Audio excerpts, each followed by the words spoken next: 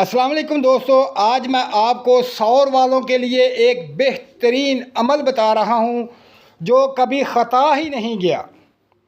آج تک جتنے بھی سور والوں نے یہ عمل کیا انہوں نے اپنی زندگی کی ہر پریشانی کو اپنے سے دور پایا، اور اللہ پاک نے اتنا رزق دیا ان کو، اتنا رزق دیا کہ آپ سوچ بھی نہیں سکتے۔ اربوں پتی کروڑوں پتی بن چکے ہیں جو سور والے۔ یہ اللہ پاک کے دو اسم مبارک جو ہیں یہ خاص الخاص سور والوں کے لیے ہے۔ اگر سور والے یہ دو اسم مبارک کثرت سے پڑھتے ہیں تو یقین کر لیں دولت اس طرح آئے گی جیسے جھاڑو دولت کو اکٹھا کر کے لا رہا ہے۔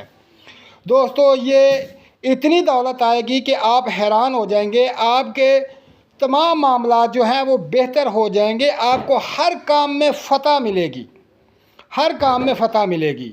کوئی کام ایسا نہیں کہ جو آپ کا کام رک جائے، ہر کام ہوگا، ہر پریشانی دور ہوگی، بے تحاشا مال و دولت ملے گا، بے تحاشا عزت ملے گی، اتنا رزق آئے گا کہ آپ حیران ہو جائیں گے، اتنی دولت آئے گی کہ آپ کروڑ پتی بن جائیں گے اور چند دنوں میں۔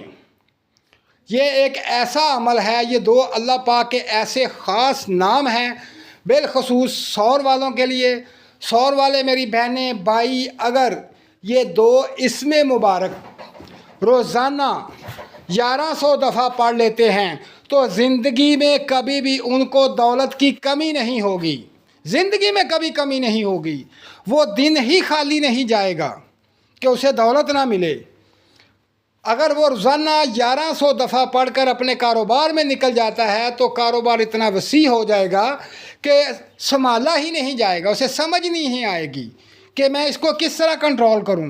دوستو یہ دو صرف ایسے نام ہیں اللہ پاک کے جو اب میں بتانے جا رہا ہوں۔ یہ دو اللہ پاک کے نام آپ کثرت سے 1100 دفعہ روزانہ پڑھیں اور پھر دنیا کی ہر مال و دولت، نعمت، خوشی تمام کی تمام آپ کے پاس ہوگی۔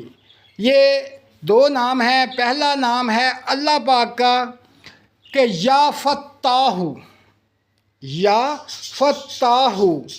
دوسرا نام ہے یا رزاق، یا فتاح یا رزاق۔ یہ دو اسم مبارک ایسے ہیں کہ دولت بے تحاشا آتی ہے۔ جن دوستوں کے کام بند ہو چکے ہیں وہ کام کھل جائیں گے، جن کا کاروبار نہیں چلتا وہ کاروبار چل جائے گا، کسی کے کاروبار کو نظر لگی ہوئی ہے تو وہ نظر ختم ہو جائے گی۔ آپ یہ دو اسم مبارک جو ہے 1100 دفعہ پڑھیں، یہ خاص کر سور والے یہ دو اسم مبارک کو پڑھیں اور بے تحاشا دولت حاصل کریں اور اپنی زندگی کی تمام خوشیاں پائیں۔ دوستو یہ اسم مبارک پڑھیں سور والے، اور مجھے دعاؤں میں یاد رکھیں۔ اللہ حافظ۔